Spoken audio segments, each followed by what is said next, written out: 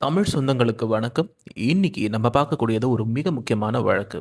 அதாவது 1888ஆம் ஆண்டுல பிரபலமாக பேசப்பட்ட ஜாக் தி ரிப்பர் வழக்கு. இந்த ஜாக் தி ரிப்பர் வழக்க தெரிஞ்சுக்கிறதுக்கு முன்னாடி, இங்கிலாந்துல லண்டன்ல ஒயிட் சாப்பல் அப்படின்ற இடத்துல மிகவும் ஏழ்மையான பகுதியா இருந்த அந்த இடத்துல பார்த்தீங்கன்னா, வறுமை அதிகமா இருந்தது. வேலையில்லா திண்டாட்டங்கள், மதுப்பழக்கம், விபச்சாரம், பல குற்ற சம்பவங்கள் அந்த பகுதியில நடந்துட்டு இருந்தது. அந்த குற்ற சம்பவங்கள் நடக்கக்கூடிய பகுதிகள்ல மிக ஏழ்மையான பெண்கள், தெரு ஓரத்துல வாழ்றவங்க, பாலியல் தொழில்ல ஈடுபடுறவங்க, இவங்கள குறியா வச்சு பல நூற்றுக்கணக்கான பெண்கள கொலை பண்ணியிருக்காங்க. அந்த கொலைய யார் செஞ்சா அப்படின்றது இன்று வரை தெரியப்படல. பல உளவியல் நிபுணர்கள் என்ன சொல்றாங்க அப்படின்னு பார்த்தீங்கன்னா, அந்த பெண்கள் மேல ஒரு வெறுப்பு அந்த கொலை பண்ண அந்த ஆளுக்கு இருந்திருக்கலாம். இல்ல அவருக்கு முன்னாடியே ஏதாவது ஒரு காதல் தோல்வி ஏற்பட்டிருக்கலாம். இல்ல குடும்ப பிரச்சனை ஏற்பட்டிருக்கலாம். இல்ல சின்ன வயசுலயே மன உளைச்சல்களோ, இல்ல தாயிடமான மோசமான அனுபவங்கள் ஏற்பட்டிருக்கலாம் அப்படின்னு சொல்லப்படுது. இது ஒரு சைக்கோபேத்தி, அதாவது மனநல கோளாறு காரணமாக சீரியல் கில்லர் மாரி இந்த நபர் பல நூற்றுக்கணக்கான பெண்கள கொன்றுருக்கான். பிறர் வலிய உணரும் திறன் குறைவாக இருக்கும் அப்படின்னும் இந்த காரணமானது சொல்லப்படுது. அதாவது இது குற்ற உணர்வோடு இருக்காது. அது அவங்களுக்கு பண்ணவங்களுக்கு இது ஏன் பண்ணோம், இது பண்ணுறது தப்பு அப்படின்ற குற்ற உணர்ச்சியே இருக்காது. கொலை செய்வதில் இவங்களுக்கு மனம் நிறைவடையும். அதுதான் இந்த சைக்கோபேத்தியோடைய பேட்டர்ன் அப்படின்னு சொல்லுவாங்க.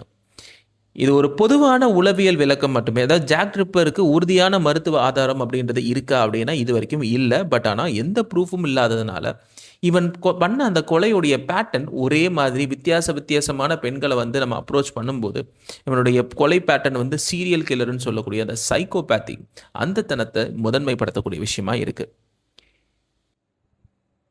இந்த ஜாக் தி ரிப்பர் எதற்காக இந்த விஷயங்களை பண்ண வேண்டும் அப்படின்னு சொல்லிட்டு நம்ம யோசிக்கும்போது, காவல்துறைக்கும் பத்திரிகையாளர்களுக்கும் பல கடிதங்களை அமைச்சிருக்கான். அதாவது catch me if you can. பல சவாலான வார்த்தைகள் இருந்ததாக இதில் வெளியானது. ஆனால் பெரும்பாலான வரலாற்று ஆசிரியர்கள் அந்த கடிதங்களில் பல முறை பொதுமக்கள் அல்லது பத்திரிகைகள் போலியாக அனுப்பியிருக்கலாம் அப்படின்னும் நம்புகிறாங்க. கொலை செய்வதே அவருக்கு மகிழ்ச்சியாக இருந்ததா அப்படின்ற தோணத்திலையும் நம்ம யோசிக்க வேண்டியதாக இருக்குது. அதாவது தொடர் கொலைகள், அதிகார உணர்வு, பயத்தை ஏற்படுத்துவது, மற்றவர்களை கட்டுப்படுத்துவது போன்ற பல உணர்வுகளே முக்கிய உந்துதலாக இருந்திருக்குமோ அப்படின்ற எண்ணமும் இதற்கு சொல்லப்படுது. அவ எப்படி தப்புப்பார் அப்படின்னு பார்த்தீங்கன்னா, ஏன்னா அந்த காலத்தில் சிசிடிவி கேமரா கிடையாது, டிஎன்ஏ பரிசோதனை கிடையாது, கைரேகை தொழில்நுட்பம் சுத்தமாக கிடையாது, தெருக்களில் மின் விளக்குகள் குறைவு, இந்த மாதிரியான பல காரணங்கள் தடயங்களே இல்லாமல் கொலை பண்ணுறதுக்கு ஏதுவாக இருந்திருக்கு. இதுவரை 100க்கும் மேற்பட்ட நபர்கள் சந்தேக நபர்களாக கூறப்பட்டுள்ளனர். அவர்களை யார் யாராகலாம் இருக்க வாய்ப்பு இருக்குன்னு சொல்லப்படுதுன்னா, மருத்துவர்கள், வழக்கறிஞர்கள், கலைஞர்கள், அரச குடும்பத்தினர் கூட இருந்ததாக பல கோட்பாடுகள் கூறுகின்றன.